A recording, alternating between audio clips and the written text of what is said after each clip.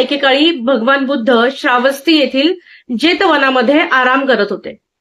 तिथे काही भिक्खूंमध्ये आपसात वाद झाला की संघामध्ये सर्वात आधी कोणाला मान द्यायचा, कोणाचे स्वागत आधी करावे आणि कोणाला सर्वोत्तम आसन द्यावे. हा प्रश्न घेऊन ते बुद्धांकडे गेले. तेव्हा बुद्धांनी त्यांना एक कथा सांगितली.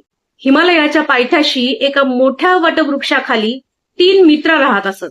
एक हत्ती, एक वानर आणि एक कवडा, म्हणजे तो पक्षी होता. या तिघांमध्ये खूप प्रेम होते, पण त्यांच्यात एक गोंधळ होता की त्यांच्यात मोठा कोण, जो मोठा असेल त्याचा शब्द इतरांनी ऐकला पाहिजे आणि त्याला सन्मान दिला पाहिजे असं त्यांनी ठरवलं.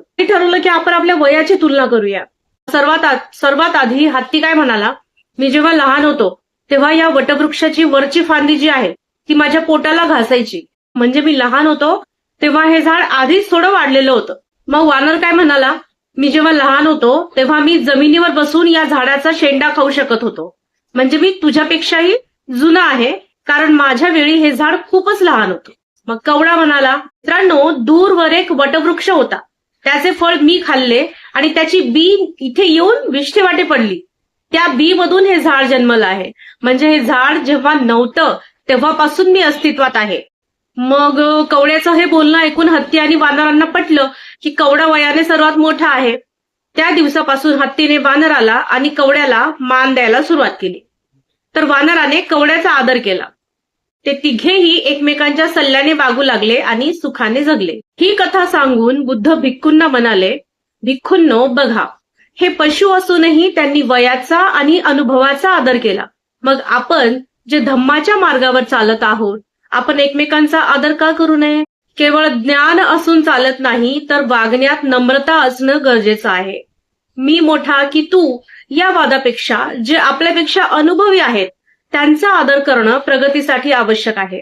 जिथे आदर असतो तिथेच खरी शांती आणि एकता नांदते. ही कथा विनय पिटकातील शूलवग्ग या खंडातील 6व्या अध्यायात, जो सेनासनक खंदक हा आहे, यामध्ये ही कथा येते. तेव्हा छब्बगीय भिक्खूंनी, म्हणजे 6 शिस्तभंग करणाऱ्या भिक्खूंचा गट, याला छब्बगीय भिक्खू असं नाव दिलं होतं.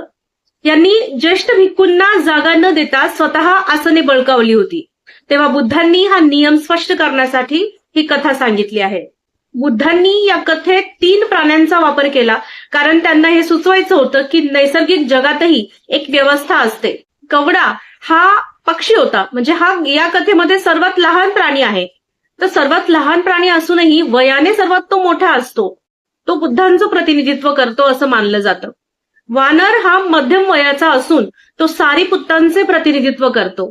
तर हत्ती हा सर्वात मोठा दिसत असला तरी वयाने सर्वात तरुण असतो, तो मोगल्लानांचे प्रतिनिधित्व करतो.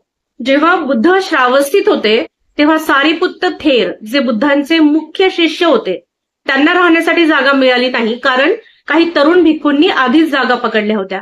सारीपुत्तांना झाडाखाली रात्र काढावी लागली. सकाळी बुद्धांना हे समजल्यानंतर त्यांनी सर्व भिक्खूंना एकत्र बोलावलं आणि विचारलं, भिक्खवे, को अराहती अग्गासनम अग्गोदकम अग्गपिंडम, अर्थात भिक्खूंनो, सर्वात उत्तम आसन, उत्तम पाणी आणि उत्तम भोजन मिळण्यास कोण प्राप्त आहे? तेव्हा बुद्धांनीही तित्तीर कथा सांगितली आणि स्पष्ट केलं की रतंजू, म्हणजे ज्याला धम्मात जास्त काळ झाला आहे किंवा जो वयाने श्रेष्ठ आहे, तोच आदरास प्राप्त आहे. आपल्यापेक्षा ज्येष्ठ असलेल्या व्यक्तीला अभिवादन करणे, उठून उभे राहणे आणि त्यांना योग्य आसन देणे हे प्रत्येक भिक्खूचे कर्तव्य आहे. याला तित्तीर ब्रह्मचर्य असंही म्हटलं जातं, कारण त्या 3 प्राण्यांनी ज्याप्रमाणे शिस्तीत आयुष्य घालवलं तसेच मानवांनीही एकमेकांचा आदर करून जगावे. जय भीम, नमो बुद्धाय.